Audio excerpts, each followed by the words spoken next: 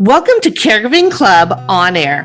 This podcast is dedicated to the millions of family caregivers who want wellness tips and self-care solutions, who seek expert advice, and who want news about healthy aging and how to create well home design in our forever homes. I'm Sherri Snelling, a corporate gerontologist, author, and educator, a TV interviewer, host, and news commentator. I'm joining you from Southern California, where our interviews and news take us all across the country to explore the many ways to help you on your caregiving journey and to lift you up here at Caregiving Club On Air.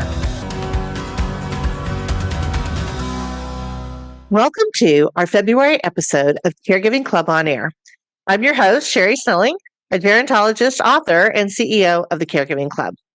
Now, for this February episode, we are actually going to focus on the recent kind of ripped from the headlines news story about Nancy Guthrie, the 84-year-old mother of a TV morning show host, Savannah Guthrie, who's on the Today Show, and what it all means. There's so many implications to this, so many things that are still unfolding, but I think it's a really great kind of episode for us to take a look at how do we keep our older loved ones safe at home? How do we use technology to do that? What do we need to know about, the health issues? In February, of course, is National Heart Health Month. Nancy Guthrie has a pacemaker. She obviously was on heart medication. What do we need to know about all those things in terms of our continued hopes and prayers that she is returned safely, even though it's now been almost 2 weeks since she's gone missing, and it looks like it was a possible abduction from her home. So I have two really terrific experts on our podcast for this episode, and they are going to look at these two, angles, if you will, of this case. So the first is Dr. Tina Sadarangani. She is the creator of the Enlightened Caregiver social media campaign and also the creator of the CareMobi app. She's also a geriatric nurse, and she is a professor at NYU.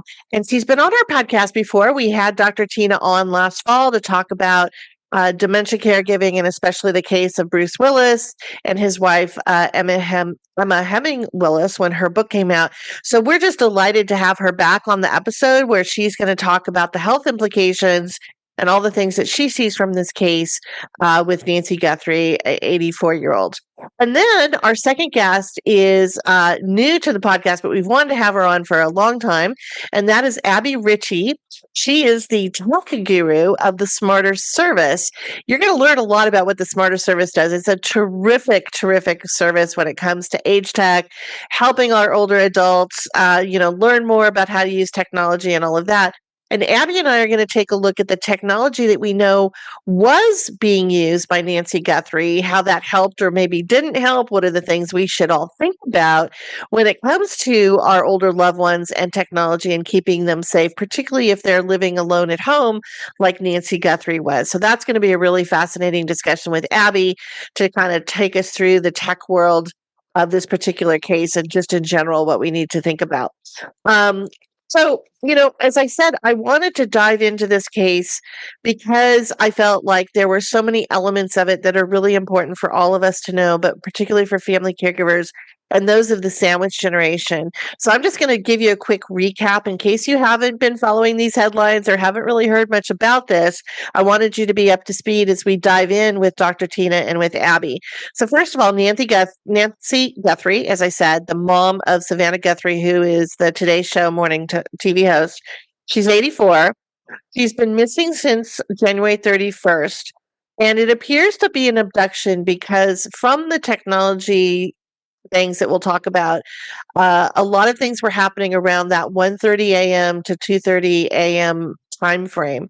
And Nancy does not have any dementia or cognitive issues. So the family said she would not have wandered from the home. She wouldn't have just, obviously gotten up and started doing things or leaving the home at 1:30 or 2:30 a.m. She had, in fact, been with family for dinner and some games at the home of one of her daughters, Savannah's sister, that night before and had been brought home. So seemingly everything was safe and good until whatever happened in the early morning hours. As we said, she does have a pacemaker. So that's a concern. That's obviously a heart health issue, and people should be aware of what that means to have a pacemaker.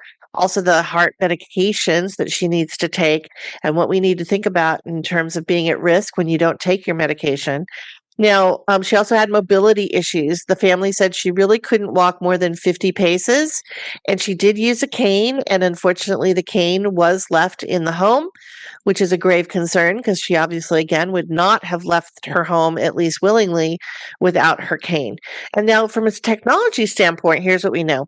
She does have an Apple Watch. However, many people take their Apple Watch off to charge it at night. We don't know if she does that or not, but the Apple Watch was left in the home, and it does show a disconnection with her pacemaker. So that was synced with an app on the Apple Watch phone.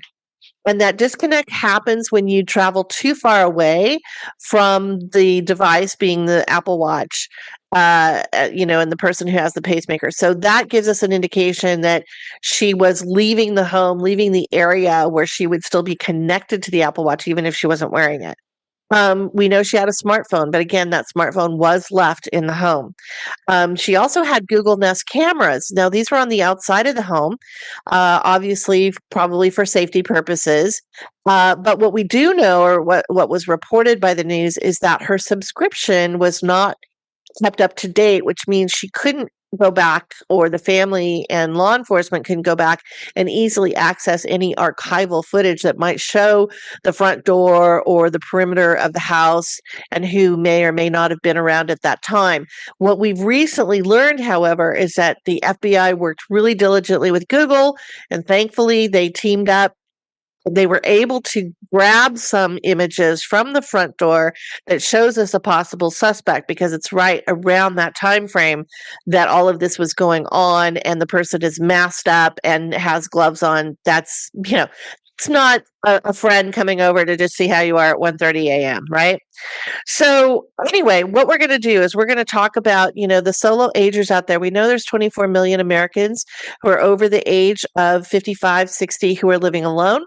We also know that we have millions and millions more Americans who are living in their homes, trying to stay safe, or who are in senior living communities and wanting to stay safe.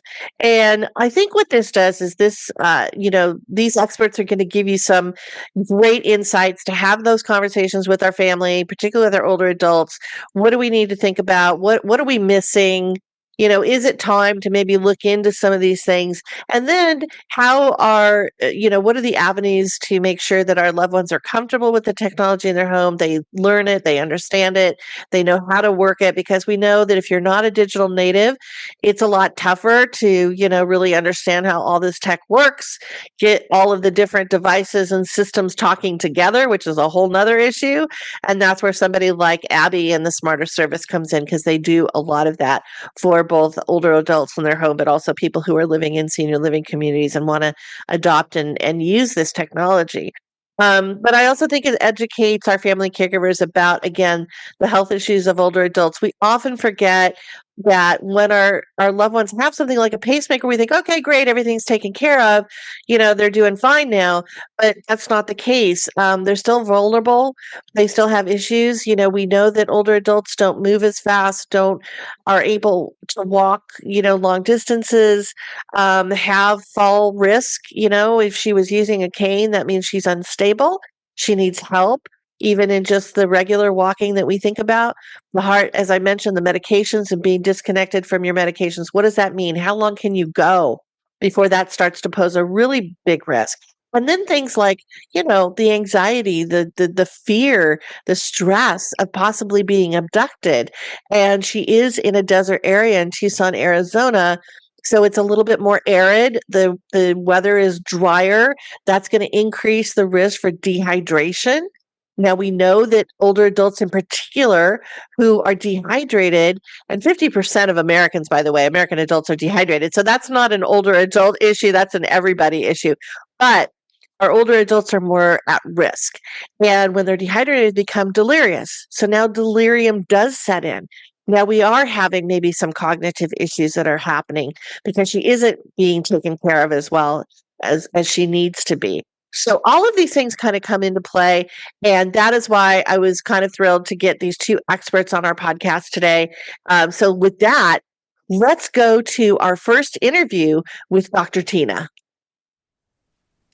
So we have back on the podcast one of our favorite guests, which is Dr. Tina Sadarangani. And as we said, she is an associate professor at NYU, a geriatric nurse, and also the creator of Enlightened Caregiver and CareMobi, which we'll talk about at the end of this conversation. But Dr. Tina, welcome back to Caregiving Club On Air. Thanks so much for having me. And I know today's topic is a difficult one, but I'm happy to be here and happy to be able to opine on this. Yeah, as we were just kind of discussing, it's been in the headlines, of course, this story about Nancy Guthrie, 84-year-old mother of Savannah Guthrie, who does the Today Show morning show. And I think it's really, for me, it kind of brought to light maybe some of the conversations or things we don't normally think about with our older loved ones. Now, certainly, as you said, this is the biggest scare we can have, a loved one who was actually, possibly abducted. But let's focus more on kind of the health issues and what all of us could think about with our older loved ones. And I want to start with, we know she had a pacemaker, and we were told that she was on medications. We don't know what for her heart. What is the risk of not taking your medications on a daily basis? What does that do to an older adult, and kind of how long can you go without those medications? Yeah, so great question. So, just for the general public, I always say it is so important to take your medications as prescribed. 80% of emergency department visits are because people don't take their medications correctly. So that's just something for all of us to think about as we're prescribed medications, and to make sure that we have a real understanding of how and when we're supposed to take things. In this instance, obviously wondering, she's now been without, we assume she's, and her family has stated she's been without her necessary medications for, almost 2 weeks. And there's some things to think about. There are medications that, when missed, really are what we consider highest risk categories. And these are time sensitive medications. So some are, yes, it's inconvenient if you miss it. If you're taking an antibiotic for something and you miss it, okay, that's, not the end of the world. But some of these things, like for people who are insulin dependent, certain diabetes medications, that can really lead her to a risk of very severe high or low blood sugar, depending on what's happening. Heart rhythm meds. So someone who's on, a pacemaker, somebody who has heart arrhythmias, this becomes very dangerous to miss. Blood thinners. This can really increase our clot and stroke risk over time. And of course, if you're on steroids and you are someone who takes those chronically, that can also cause significant risk of an adrenal crisis if it's abruptly stopped. So other things like routine meds, even things like blood pressure pills, your diuretics, your pain medications, if your body is dehydrated or, God forbid, exposed to heat, or you're under significant stress and you're missing those routine meds, that can become very dangerous. So we don't want to say, okay, 24 hours without your meds and, it's a disaster. But really, it depends on the individual. It depends on their medication list. And clinically, I think the first 24 to 72 hours without those medications, especially someone with heart conditions, limited mobility, who's on daily medications, really those first 24 to 72 hours represent a very critical period. I think you're absolutely right. Every individual, of course, is different and can tolerate, things differently. But it is important to just kind of help our loved ones understand. Don't miss those meds, particularly some of those that you said that are kind of really life saving. One question I thought about is, and I don't know if you can answer this for us, but because of her pacemaker, and we were told through the news reports that there was kind of a disconnect because apparently it was connected to an app or something on her smartphone, which was left behind. Is the doctor able to still read or get an understanding of what's happening with that pacemaker, or are we just completely disconnected from what's going on with that now? Yeah, I mean, it doesn't mean that the pacemaker is not doing its job. The pacemaker is designed to keep doing its job continuously, whether you're home or not.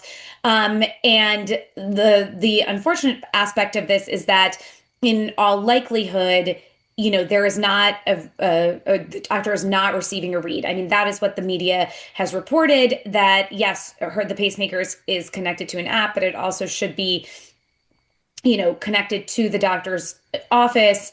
And so there is, suggestion that they are not receiving signal. And, I'm reluctant to go further on what that could mean without knowing the full details of this Sure. investigation and the situation. But I do want to say that because a pacemaker is not something that runs out overnight, right? It's not something that just because the app is not getting a signal means it's not working. But I think the real risk is what you started with earlier, which is the bigger risks are missing her critical medications, the potential of any dehydration, exposure, and stress on the heart that she undoubtedly faced. Yeah, let's talk a little bit about that because there was a statistic that I saw that said half of all American adults are dehydrated, and so we need more water. But particularly when we have our older adults who have more vulnerabilities to extreme heats or cold.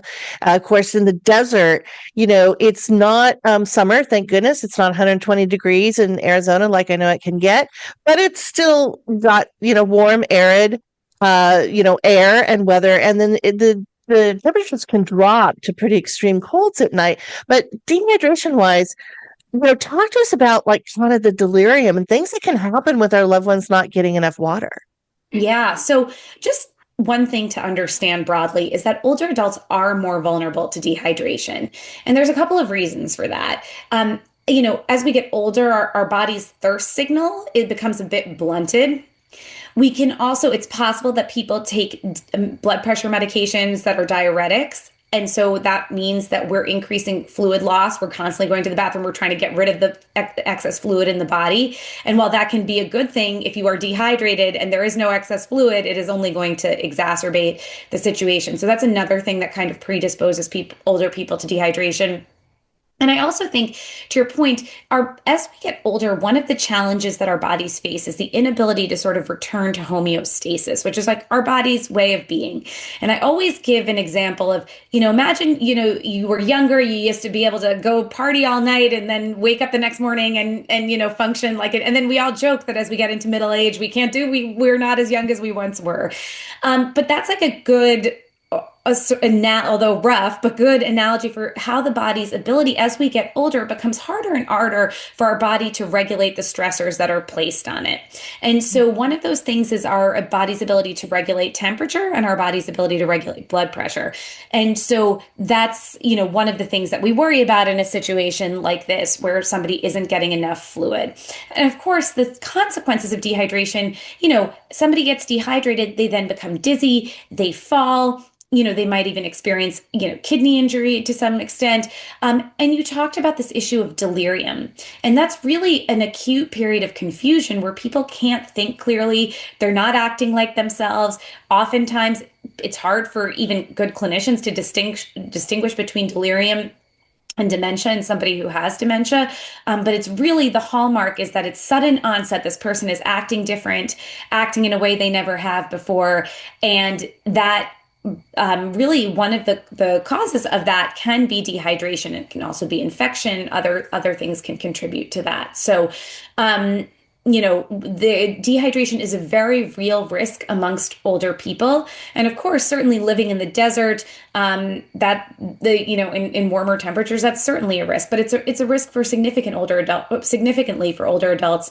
And one other point is that in addition to a blunted thirst signal, we also notice that some older adults who may have difficulty with mobility, going to the bathroom, for instance, may unintentionally dehydrate themselves. They may say, I'm not going to drink because I don't want to have to constantly be going to the bathroom. That was my dad, by the way. Yes, and that can become really problematic. So it's very, very important for us to do things like sort of establishing a hydration routine, making sure that with every medication dose they're drinking, or at every commercial break they're drinking, or have a marked water bottle. I personally love that says by 2:00 do this, by 4:00 do this. But you want to be able to make sure that they have water within arm's reach, and also watch for signs of dehydration. So things like dry mouth, look inside their mouth, dark urine, fatigue, headache. We all feel that way when we're, I think, quite dehydrated, but new confusion, sudden weakness. We want to be really mindful because it's not just about their thirst, but it's a fall risk. It's a really big physiological risk to them too. Yeah. And it's so important. And I love all the things you brought out about dehydration. We don't think about, yeah, that was my dad's complaint, is that, well, the more water I drink, the more I have to go to the bathroom, and I just don't want to be getting up every, 2 minutes. But then it led to constipation and other issues that he had. Also, I just want our audience to know that just in the same way that we're told, don't leave your kids in the car, even if you're just running into the store really quickly for a couple minutes. That's not safe on a lot of levels. Same thing with older adults, right? We don't realize that just being in that car for 10 minutes can raise the temperature in the car by 10 degrees and create a lot of problems. So this dehydration, I think, is something we don't think a lot about And with you bring older up a good adults. point that it happens quickly in older Yeah. adults. It's not Yeah. as it can sometimes happen much faster than we might expect it to. So it's certainly something to keep in mind, and it is one of the things that we can do as caregivers to support older people in terms of making sure that they are well hydrated at all times. It can reduce their falls risk, make them safer, and in general, it's very good for them, but something we need to be mindful of. One thing about this story that really struck me that I think is a good note is that she seemed to really, we often think our older adults don't embrace technology. We know that's not true. We know a lot of older adults out there are really into their tech gadgets, as long as they get kind of the training on how things work, having not grown up with, the smartphone in their hand like our kids have. But, she had an Apple Watch, she had the Google Nest cameras. She had a lot of kind of tech support. What are the things that you feel are really kind of key or important for family caregivers to know about in terms of maybe trying to keep their loved ones safe at home? Yeah, and I think, I always want to be clear. This is not oh, you should have done this, and how could you have missed this? I think this family, really had a set of deterrents in there. I don't think anybody could have anticipated something like this happening. But, Right. we are all learning from this. And this is something truly that's our worst nightmare. It's unimaginable. And I think the answer here is that we need to layer safety. So she, wonderful to have a camera outside. Number one, that is, things like a Ring doorbell. She had a Nest camera. These normally are things that do keep, perpetrators away. They're deterrents to some extent. We saw in this situation, they destroyed the camera. She didn't have the subscription, but after several days, they were able to sort of relocate that footage. And the camera was primarily located outside the house. So then we don't know what happened when this individual entered the house. And the Apple Watch, by the way, I just want to add, is one of the best gifts that we can give an older or aging person. I think it supports connectivity. It can, it's not stigmatizing. So I know many older adults who are like, I refuse to wear a necklace, a pendant around because it's a life alert. It makes me look old. An Apple Watch is really something we all wear. My spouse wears one, my kids wear one, everybody's wearing one. And yet it has a number of features, including fall detection, the ability to make a phone call, were you on the ground and in need of support? If you share location, it also helps your family know where you are at all times. And so even in my own family, that really gives me peace of mind.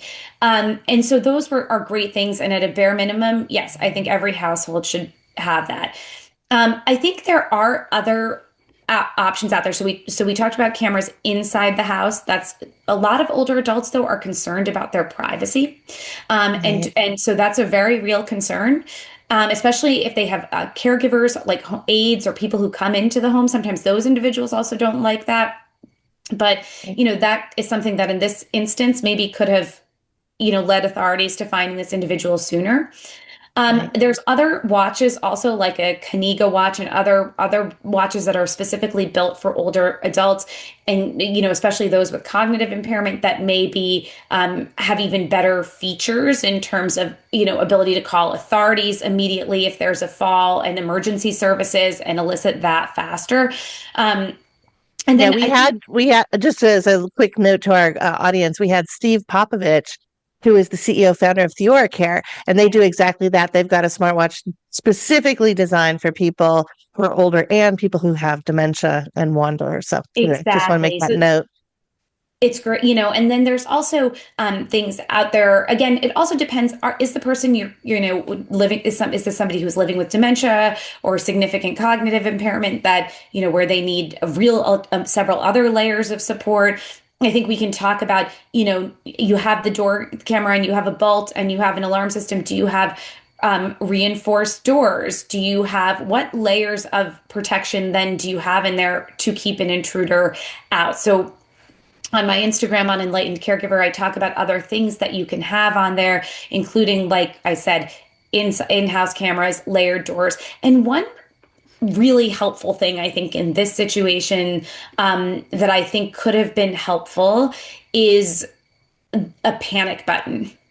Mm. And that is a very real option. I always tell the story of actually how a family member of mine does have a panic button, and when the grandchildren were visiting, one of them accidentally set it off. So it does happen, but Right. it is something in this situation where a vulnerable older person who's being attacked, being hurt, could easily, if it's by the bed, set this off. And so the real answer here is how quickly can someone in this situation call upon emergency services to get there and respond to this issue. And again, without knowing what happened, without knowing really what took place and transpired, it's hard to say. But I will just add that there are layers of safety in our home. And we want to, honestly, in this case, we want to build redundancies. So you have a wearable, you have a home sensor, you have, reinforced doors, you have camera sensors, and then you have window and door sensors. So there's a lot of different things, even motion sensors in the driveway where somebody comes in and floodlights go off. And, these things can act as a deterrent. Without, of course, knowing the intimate details of what transpired, it's very hard to say what would have made a difference here. But those are all things that can help us be safe. Well, and again, I think, we're hoping for the best positive outcome for the Guthrie family. But as we're watching these headlines unfold, I think it's a great opportunity to talk as a family about what's in place, what might be needed. Maybe this is the time, to talk to older adults about getting some of this technology and all of that. One of the things that I thought, again, kind of a nice lesson learned as we're listening to these stories is that obviously she had one daughter who lived near her, and then Savannah, of course, lived almost all the way across the country in New York, but they knew her circle of friends. So they had connections to kind of her daily activities, even if they weren't right there, the friends or whomever she was supposed to be meeting. I think that morning she was going to a church service online at a friend's house, immediately called the family. And I think what it says to me is, as family caregivers, particularly for long distance, we've got to know who are the neighbors, who are the friends, what's the doctor's name. We've got to have that information at our fingertips just in case.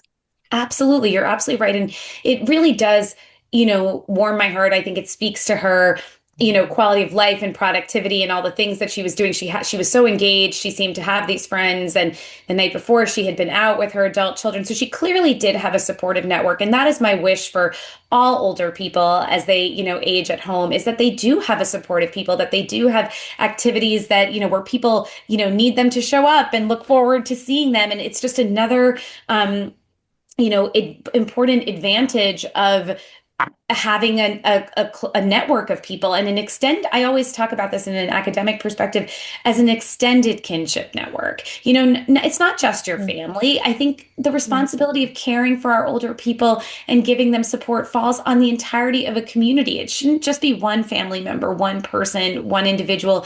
But really, it takes a community, and it's wonderful that she had that. And those people ended up being the ones who really, were the first to say, "This is unlike her. I'm concerned."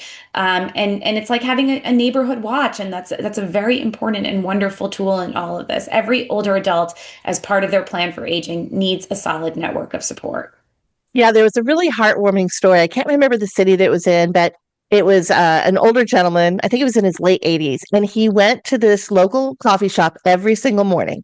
And everybody knew him in the coffee shop, and he stayed and has coffee and talked and all that kind of stuff. And this one morning he didn't show up, and it was actually the coffee shop people who called to get the police to go do a wellness check. And sure enough, he had fallen. He was on the floor. He had no way to get up or whatever. So you're absolutely right. We need a village of friends and support for our older adults, which is so great. Absolutely. I agree. I love that story. I saw it as well. And that's it doesn't have to look like a traditional family. That can mean many things, but it's really part of building a broader network and community. Absolutely. So before we let you go, remind us again, tell us about Enlightened Caregiver and also your CareMobi app. Yes. So I did, talk about all the points that I've made today about, how to layer safety in the home, and how to have conversations with older people. You talked about now with this case going on, it's a good time for us to revisit safety. Of course, every, older adult, this case can make them feel more vulnerable and at risk. So it's important that as we have these discussions with people, we approach with empathy and we approach them at the right time, so as not to kind of spur more anxiety and make people just feel more vulnerable in this world. But so our Instagram and Facebook handle is Enlightened Caregiver, and I give lots of guidance to family members and people caring for older adults in general about how to have these conversations, how to address safety issues in the home, and several other topics that are relevant to caring for an older person in your life. So very excited about that. And then, in talking about this care coordination layer, you talked about, knowing who her emergency contacts are, knowing who her doctors are, knowing what medications she was on. That's all very important in emergencies like this. And so the CareMobi app, which is it is a completely free tool that I created with support for my research with the National Institutes of Health, is an app that's completely secure, and it allows family caregivers to create a care team for around the needs of someone they love. They can invite others to be part of that care team, and they completely control who's on there. And on there, it's really a centralized hub for families to track and share important information. So you can keep track of everything from their medications, their healthcare providers, emergency contacts, and as well as important files, documents. And another piece of it is also if they are someone who's ill, keeping track of their day-to-day health. You can track as many or as few updates, whether it's how they're eating, how they're sleeping, their mood, etc., so that when you present to the doctor and they say, well, how have things been going? You actually have a response that's informed. And it's not just your view, because you may not be with this person all the time, as we saw with this family.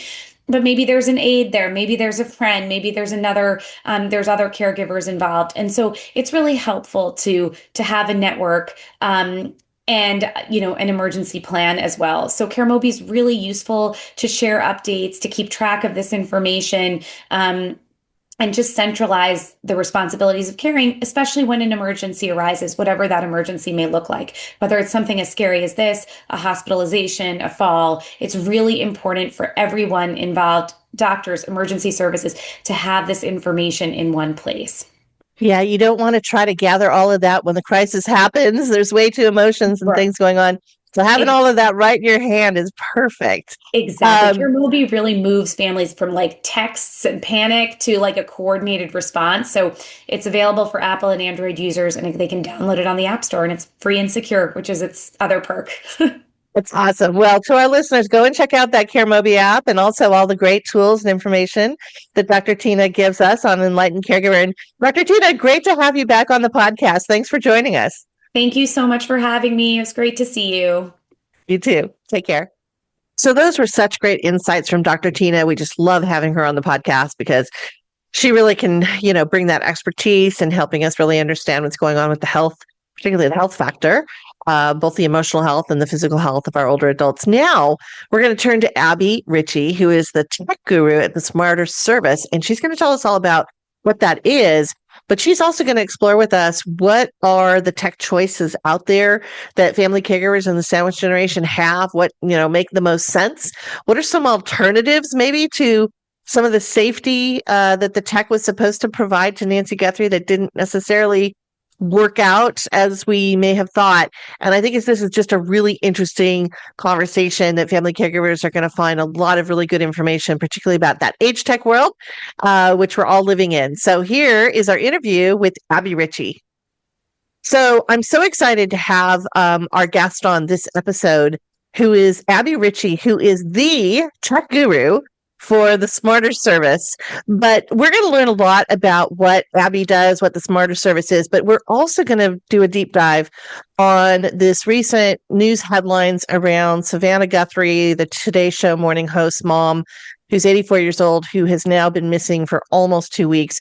We're going to talk a little bit about how that raises the conversations, I think, for families who have older loved ones, particularly those solo agers who are aging at home. So welcome to Caregiving on Air, Abbie. Thank you. Thank you so much, Sherri.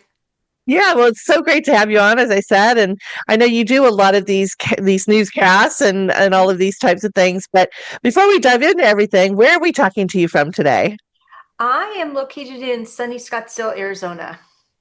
Wow, so you're actually in the state of where we're going to focus this conversation around what's been happening in just a couple of counties over in Tucson there, but that's wonderful. So, and then, we're going to talk about the Nancy Guthrie case, but I want also our listeners to learn and understand what the Smarter service is. So can you tell us a little bit about what you do and how that works for older adults and also for family caregivers? Yes, absolutely. Now, the Smarter service provides tech concierge services primarily at senior living communities across the country. We do have one-on-one support as well with folks that are living at home, but our primary business is helping the communities professionalize this type of service. And what we found over the years is that because technology just continues to grow and expand, and communities bring in more and more technology, whether it's the community itself or in someone's home, it's like everything we touch is either smart or it's digitally oriented. And the problem here is that, yeah, that technology is great, but it's only as good as the person who's using it and their knowledge and confidence around it. Yeah, it's really interesting that you say that you work a lot with the senior living communities, because I think very often we think, well, if mom or dad moves into assisted living or independent living or whatever it is, they're kind of watched over, they don't maybe need the technology, but it's actually kind of the opposite, right? You do need that technology, and they're still going to be embracing different things, whether it's, online gaming or virtual travel or all the other things that we know technology can now deliver to us. So, communities are regularly implementing new tech initiatives. For instance, there are communities that are bringing in smart thermostats, which is a brilliant idea because they can all be controlled from one unit, right? And air conditioning can be turned off if someone's not home. It can be turned on when someone returns to home. And they found that this type of smart thermostat can save communities really millions of dollars per year, just because you can tell when someone is in the home or not. There are also other things like sensors that are providing feedback to a center or to like a central location where caregivers could be monitoring, is someone up and about, rather than making the manual phone call, to someone's home to see how they're doing and if they're doing well enough to pick up their phone. So there's just a whole plethora of new technology that's being invested in and installed at senior living communities. Yeah, and I think, again, the thing that we think about is there's so many different products out there. If you will, we're almost in like a choice overload situation, all of us, when it comes to our technology. And so having that expert guidance that you can give as to maybe what products are better or what, works more efficiently, and then being able to train people so that, as you said, they can actually use it and make it work for them is just phenomenal. I want to dive into this case, as I mentioned, with Nancy Guthrie, who's 84 years old. The mother of Savannah Guthrie, many of us know from the Today Show morning show. And it's just been really heartbreaking, because when we think about our older parents, first of all, being abducted, which is what it looks like possibly happened late at night, We know that she has a pacemaker and heart issues, takes medication. We also know she had some mobility issues because she uses a cane a lot. And when she was taken, what was frightening is what we know, at least from the news headlines, that her pacemaker was disconnected from her smartphone because that was left behind. She had an Apple Watch, which is great, but then they had her take that off, it looks like, or maybe it was charging next to her bedstand. They didn't take the cane. So all of these things kind of combine to really bring this sense of, dread and crisis and fear, I think, to all of us, particularly if we have older parents living at home. Well, I just want to get your take. What were your first thoughts as you started to listen to this story and as things were unfolding from your tech guru perspective? Yeah, I was so sad to hear about this. You know what? My mom also lives on her own, and started to really think about her well-being and her safety, and thinking about what she does and what we have going on right now in her home. She does have cameras around the house. She does wear an Apple Watch. She has two, one that's being charged and one that's being worn at all times. And then we do have some sensors in the home that are also tracking. They're not cameras, but they're tracking her movement and her mobility. So as I was thinking through all of these various safety precautions, I thought about one that is really it's a medical alert necklace. It's not a pendant, okay? The pendant that obviously looks like it's a fall pendant, but this one does not. It just looks like a necklace with a little charm on it. There's no way that you could tell if it had technology in it or not. In fact, you could wear it all the time, gold or silver, and it would just blend in perfectly with your lifestyle. Which is really great because obviously anybody who's a bad actor, a criminal, an offender, they're tech savvy as well. I think the thing that really struck me was, I was thinking, wow, 84 years old, and she's got a lot of tech going on. She also had the Google Nest, but they disabled that, unfortunately. Um, and so, it's encouraging to see that, older adults, as we all know, if you get the training like you guys do at the Smartest Service, you will use all this technology and it can be helpful. One of the things that I thought was really interesting is there was mention in the headlines originally that when they disconnected the Google Nest, they weren't going to be able then to get any kind of archival footage that would help law enforcement. But since then, we know FBI and Google have worked together to grab some of that digital data, I guess, out of the cloud or wherever they can find it. What are your thoughts around things like the Ring doorbells, the Google Nests, and all of those? Are those really helpful just in general for all of us who have older adults? Is that something that you feel is kind of like on the checklist of one of the things you should definitely have if you're living alone? You should, 100%.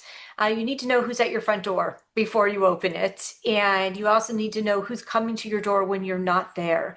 So I would say yes, 100%. Yeah.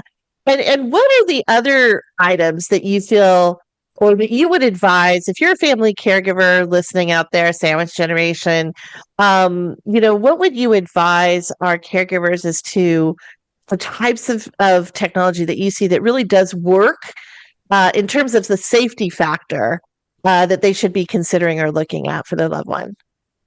I think a medication dispenser is valuable. A lot of hospital room emergency calls occur because people are taking their medication the wrong way. And so a medication dispenser can be huge.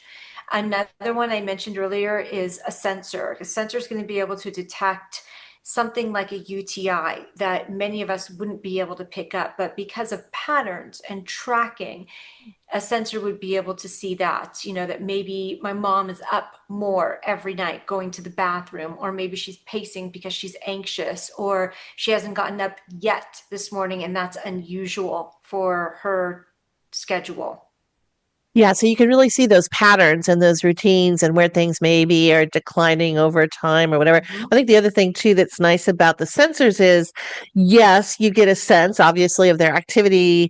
I know there's so many fall detection, things out there now that can tell if you have fallen and you're down on the ground. But it's not really invading your privacy from the sense of it's a nanny cam with a video on all the time, watching mom or dad do their thing. It's not a nanny cam. It's picking up radar-based technology. So it's not a camera, it's not a microphone, it's not infringing on their dignity and their privacy, but it's also giving a caregiver the peace of mind to be able to check in and know what's going on. There are some as well that sort of work like an Alexa built into it. There's one, it's called My Health. And My Health is primarily used for post-acute patients. They've been discharged from the hospital. And what My Health can do is send these records and this data to a physician. But the AI within the unit, and it looks sort of like an Alexa, can ask you questions. How are you feeling today? And you can answer it. Have you taken your medication today?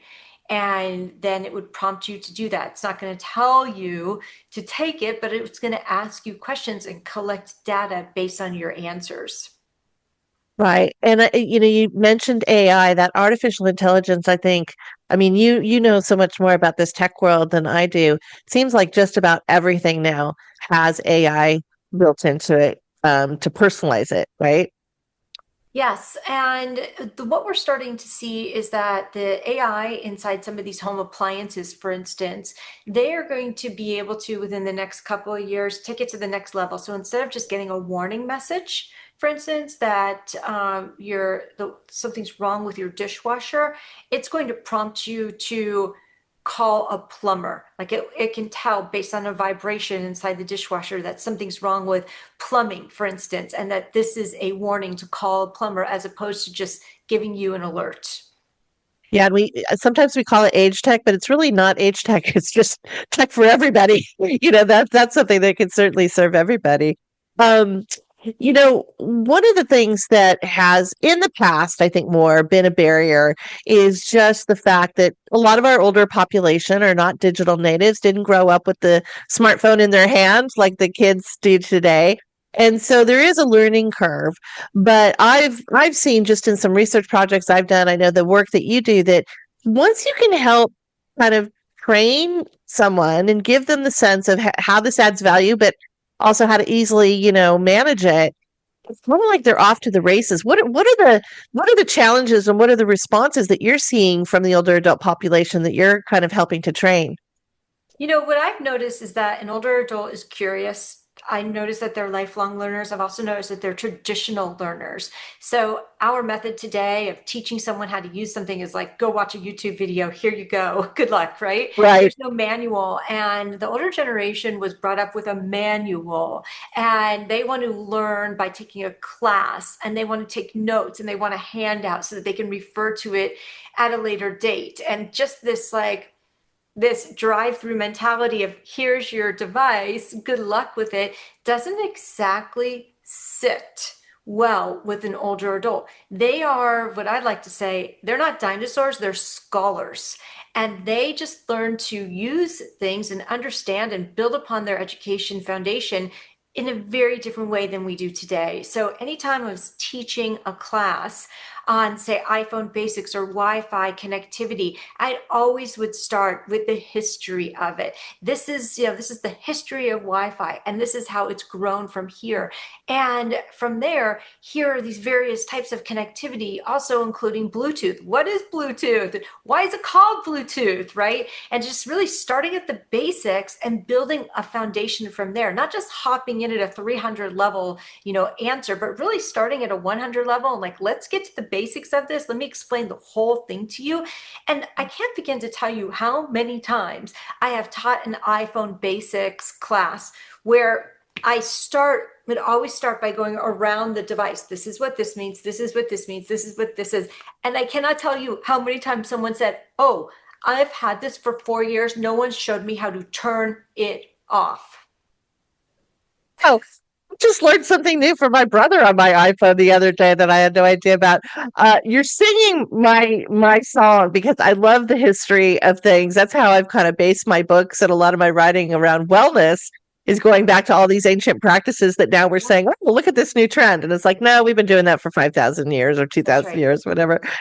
But I'm glad to know I'm not a dinosaur, because I was going to raise my hand. I am one of those people that I like to learn the history. I do like the manual. The other thing that, as I grew up, you could always connect with someone that could help you. Like if you just hit a wall and you're just having that day and you're like, I just want someone to talk to, that could just help me get past this little hurdle. Obviously you're teaching classes, but is there kind of through your service, is it something where I can just pick up the phone and say, hey, this just happened. Can you help me walk through it?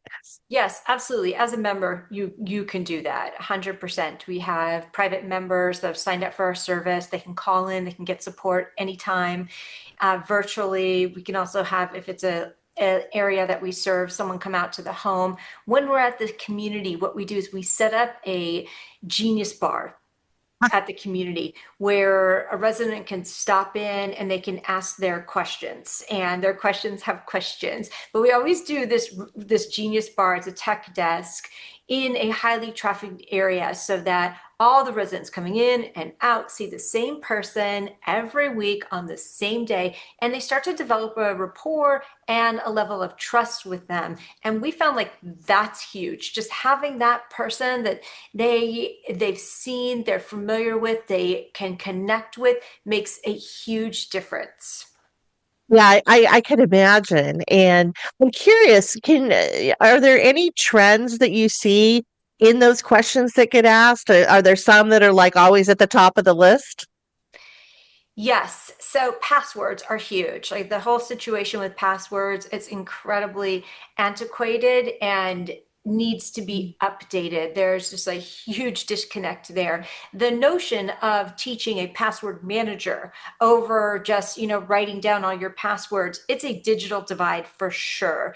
And an older adult is used to coming up with one password and changing it just a little bit per account. And so we've just been trying to teach them how with a password manager, you only really need to remember one password as the master password vault.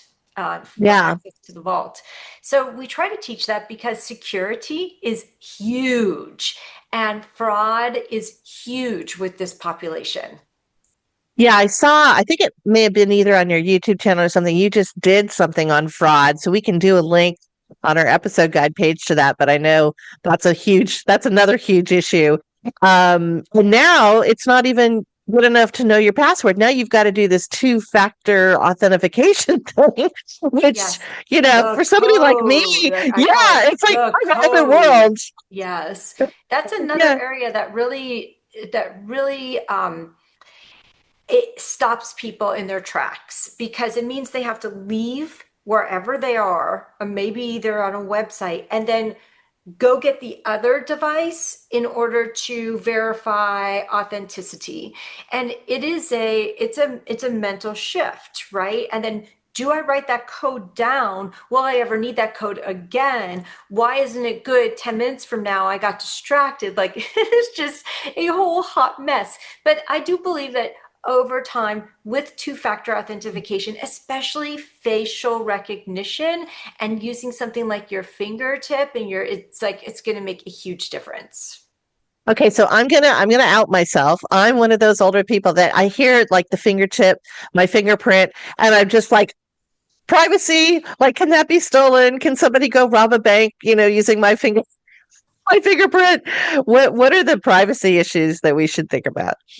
You know what? The privacy issues are everywhere. There really are. You can't escape them. And so much of what we're doing these days is based upon us giving authority to access something else. And so I will just tell you, as a tech expert, I don't dwell in the privacy aspect. I more so teach on coming up with secure passwords, using two-factor authentication whenever possible, so that you are verifying that it's actually you in more than just one way, and really lean into that as a way of providing security and privacy across your devices. Just going back to this Nancy Guthrie case, I love the necklace solution that you talked Mhm. about. To me, that is fantastic because I don't think It's- anyone's going to notice that yeah. that's actually a safety, tech I mean, thing. they also have a bracelet too, and it's called InvisiWare. Okay. So InvisiWare, you can look it up online. They're very affordable. Well, that's great. Um, and so are there any other types of solutions safety wise that you see that maybe whether the Guthries could have done it for their mom or whether we should be thinking about it for older adults? Any, you've mentioned a couple of them. Anything else? Again, I think the InvisiWare makes a really big difference. There are other things that you can do that are like more pendant oriented, but I think just having more on your body that's going to help track your well-being and your safety is important. The other thing here is this that I find a lot, and it's a different approach. And what it is not shaming someone.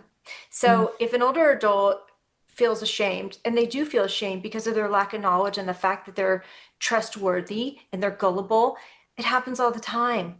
But setting up a relationship where you can say, hey, mom, I know you meant the very best here, and this happens to everyone, and I'm here to help you. I'm not going to make you feel bad about this. So having that kind of relationship with the people you love in your life allows you as a caregiver to help serve those who need your support. Yeah, I love that. That's such a great message because you're right. It could happen to any of us. In fact, a friend of mine, I'll just tell this story really quickly. She had her house broken into, and the way the thieves did it is they got a universal remote for the garage door opener. And maybe you can explain that to us. But anyway, they were able to get the garage door open. And as many of us do when you live in a somewhat, kind of safe community, they didn't always lock their door from the garage into the house. Yeah. So then that was easy access. Anyway, long story short, the thieves got into the house. Thankfully, they were not woken up or, they didn't know. But the fact that she knew someone got into her house really gave her almost like PTSD. Eventually, they had to move because she just wouldn't feel safe again, no matter what they did, to try to put better tech in and always lock the door and all that. But I think it's a reminder to all of us that we do have to use everything at our disposal, even if it's just remembering to lock that door to keep ourselves and our loved ones safe. But do you have any comment on this universal door opener? Because I was really startled by that. I don't, Yeah. but you know what? I live in a home with kids, and sometimes my doors don't get shut. Yeah. It makes me crazy. So on as many doors as possible, I have smart locks on them. I also get notifications anytime my garage door doesn't close, right? Okay. And this is truly just a part of living in general. People are going to forget to close the door, but it does make me want to up the security, especially on the back door that's connected to the garage. So thank you. Yeah. Yeah, of course. No, and great thoughts on the smart locks and all of that.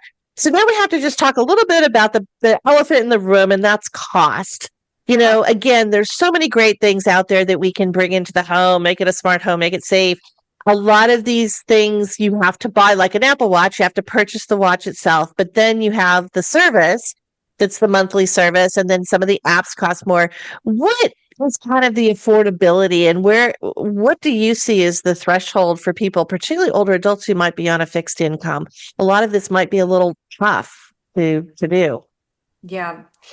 It's really dependent on the person and how much of the technology they want in their homes and how much their older adult children want them to have it. And so that's been my experience. But I've also found that a lot of older adults like the technology and they want it. They just don't know how to use it. But across the board, you will find that there are certain things, like when it comes to digital assistant or something like Alexa, at various price points based upon what you can afford.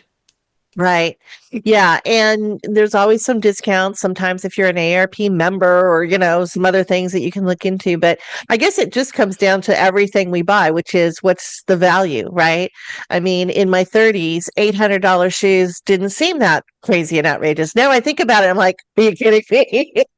can't believe I did that. But, so I guess it's just, if you're looking to have something where you need an app for your health, like connect your pacemaker to your phone or things like that, then the cost kind of just doesn't really, matter as much. There's so many alternatives. There's so many options out there. You don't have to buy an Apple Watch Series 9, for instance. You can buy a Series 5 and it will be hundreds of dollars less. It still has fall detection in it. So it's really, what do you need it for? You usually don't need all the bells and whistles of the latest one. So if you can buy one that's gently used and refurbished, by all means, go for it. Yeah, and I think there's a lot of stylish alternatives out there to the Apple Watch. We always think of Apple being the brand for style and fashion and looking great, maybe not always delivering some of the best technology. And now I think the technology folks that have always been maybe ahead of it, they're starting to get more into the consumer branding of style and fashion and not having some clunky gray thing on your wrist, right? Yeah, it's only as good as the person who's wearing it. And so if they don't want to wear it, they're not going to. Yeah, exactly. Well, Abbie, it's been great talking to you. Thank you so much for all of your wonderful expert insights. Is there anything we left out? Anything else that you want to mention to our audience that's important around this kind of AgeTech category and home safety? Yeah, I would say really get into partnership with your adult children and figure out what's going to help them help you the most. Yeah, that's so great. I think, so much of this comes down to the family conversations, right? We're kind of all in it together. And particularly, if you do live long distance, you've got concerns, about your loved one. You want to just make sure you've got that confidence that they are safe and we're doing what we can on our end. And then tell us where we can find more information about the Smarter service. Sure, you can always head to our website, thesmarterservice.com, or you can connect with me anytime on LinkedIn. Terrific. And again, that's a membership service, right? So you would sign up for a membership, or if you live in a senior living community, does the community then cover that cost, or do you just sign up through the community for your individual membership? Mostly the community is covering that cost, but it's on a per community basis. Okay, so the couple different options to look for out there, folks, for the Smarter service, but it's just great and gives me confidence to know there's services like this out there because it's so needed. So, Abbie, thanks again for being on the podcast today. You are so welcome. I just wanted to say one last thing. Sure. If you are a caregiver, you are an adult child, the most loving thing that you can do for your older adult that you're caring for is get them the education that they want and desire to use their devices. And so feel free to reach out to us anytime if that's something you'd like to do.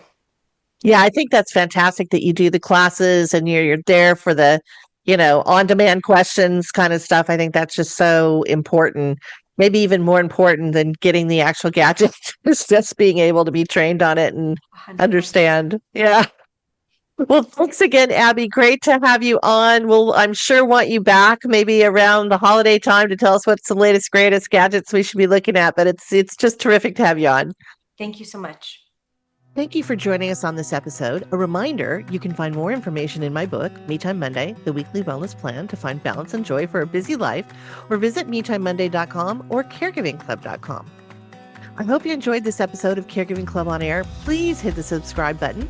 To listen to us on Spotify, Apple and Google Podcasts, Amazon Music, SiriusXM, iHeartRadio, Pandora, as well as other listening channels. Check out all the resources and article links on our episode guide page at caregivingclub.com. Just hit the podcast tab at the top and email us with comments and questions at podcast@caregivingclub.com. Thank you again for listening and take care and stay well.